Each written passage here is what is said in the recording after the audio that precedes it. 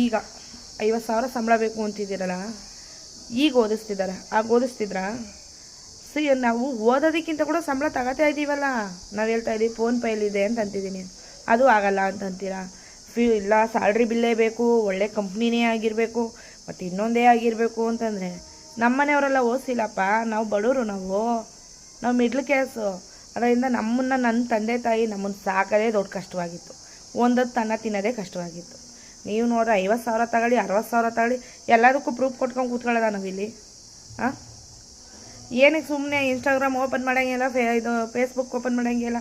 ನಾವು ಅವ್ರಿಗೆ 50 ಲಕ್ಷ ಬೇಕು, 50 ಲಕ್ಷ ಕೊಡ್ತೀವಿ, 50 ಕೋಟಿ ಬೇಕಂದ್ರೆ ಕೊಡ್ತೀವಿ. ಬರೀ ಸುಳ್ಳಿನ ಅಪರಾಧಗಳ್ನ ಯಾಕೆ ಮಾಡ್ತೀರಾ ನೀವಂತೂ? ಸುಳ್ಳಾಗಿ ಯಾಕೆ ಹೇಳ್ತೀರಾ? ಜನಗಳ್ನ ಯಾಕೆ ಅಯ್ಯೋ ಅನ್ನಿಸ್ತೀರಾ? ನಾವೆಲ್ಲೋ ಆಸೆ ಪಟ್ಬಿಟ್ಟು ಫೋನ್ ಮಾಡಿದ್ರೆ ಸಾಕು, ಅದಕ್ಕೊಂದು ಡೈಲಾಗ್ ಬೇರೆ. ಇಲ್ಲ ಇದೆಲ್ಲ ಇರಬೇಕು, ಅದೆಲ್ಲ ಇರಬೇಕು, ಜಾಗ ಇದೆಯಾ, ಇನ್ನೊಂದು ಇದೆಯಾ? ಅದೆಲ್ಲ ಇದೆಯಾ? ನಿಮ್ಮ ಹತ್ರ ಯಾಕೆ ಲೋನ್ ಕೇಳಕ್ಕೆ ಬರ್ತಿದ್ದು? ಜಾಗ ಮಾಡಿಬಿಟ್ಟು ಲೋನ್ ತಗೊಳಕ್ಕೆ ನಮಗೆ ಗೊತ್ತಿಲ್ವಾ? ನೀವೇ ಹೇಳ್ಬೇಕಾ? ಬ್ಯಾಂಕ್ ಹೋದ್ರೆ ಜಾಗ ಐತೆ ಅಂತಂದರೆ ಅವ್ರ ಡಾಕ್ಯುಮೆಂಟ್ಸ್ ಇಸ್ಕೊಂಡು ಅವರೇ ಕೊಡಲ್ವಾ ನಮಗೆ? ಅದೆಲ್ಲ ಹೇಳ್ದೋಗಿದ್ದಕ್ಕೆ ತಾನೇ ನಿಮ್ಮ ಹತ್ರ ಬಂದು ಕೇಳೋದು ನಾವಂತೂ.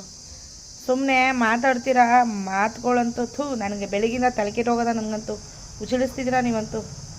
ಮನೆ ತಗೋಬೇಕು ಅನ್ನೋ ಆಸೆ ಇದ್ದಿದ್ದು ನುಚ್ಚು ನೂರಾಗೋಯ್ತು ನಿಮ್ಗಳಿಂದ ಅಂತೂ. ನುಚ್ಚು ನೂರಾಗೋಯ್ತು ನನ್ನದಂತೂ. ಯಾವ ಥರ ಆಗೋಯ್ತು ಅಂದರೆ, ಆಸೆ ಪಟ್ಟಿದೆ, ಅಯ್ಯೋ ಕಟ್ಟಿರೋ ಮನೆ ತಗೋಬೇಕು, 80 ಲಕ್ಷಕ್ಕೆ 80,000 ರೂಪಾಯಿ ಕಟ್ಟಬೇಕು ಅಂದರೆ ಎಲ್ಲಿಂದ ಕಟ್ಟೋದು ಸರ್? ನಾವು ಎಲ್ಲೋಗೋದು ಸರ್? ನಾವು 80,000 ರೂಪಾಯಿ ನಿಮಗೆ ಕಟ್ಬಿಟ್ಟು ನಾವೇನು ಸರ್ ತಿನ್ನೋದು? ಮಕ್ಕಳು ಮರಿ ಅಂತಿದೆ ಸರ್, ಅವನ್ನೆಲ್ಲ ಯಾರು ಸರ್ ನೋಡ್ಕೊತಾರೆ?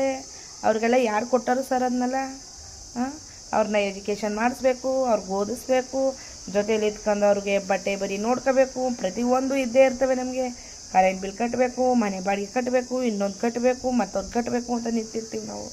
ನೀವು ನೋಡ್ರೆ 50 ಲಕ್ಷ ನಮಗೆ ಲೋನ್ಗೆ 50,000 ಅನ್ನೋದು, 50 ಲಕ್ಷ ಲೋನ್ಗೆ 50,000 ಕಟ್ಟಿ ಅಂದರೆ ಅಷ್ಟೊಂದು ಸಂಬಳ ಎಲ್ಲಿಂದ ತಗೊಂಬರೋದು? ಎಲ್ಲ ದುಡ್ಕೊಂಬಂದು ನಿಮ್ಗೆ ಹಾಕ್ಬಿಟ್ರಂತು. ನಾವೇನು ತಿನ್ನೋದು? ಮಣ್ಣು ತಿನ್ನೋದ ನಿಮ್ಮ ಹತ್ರ?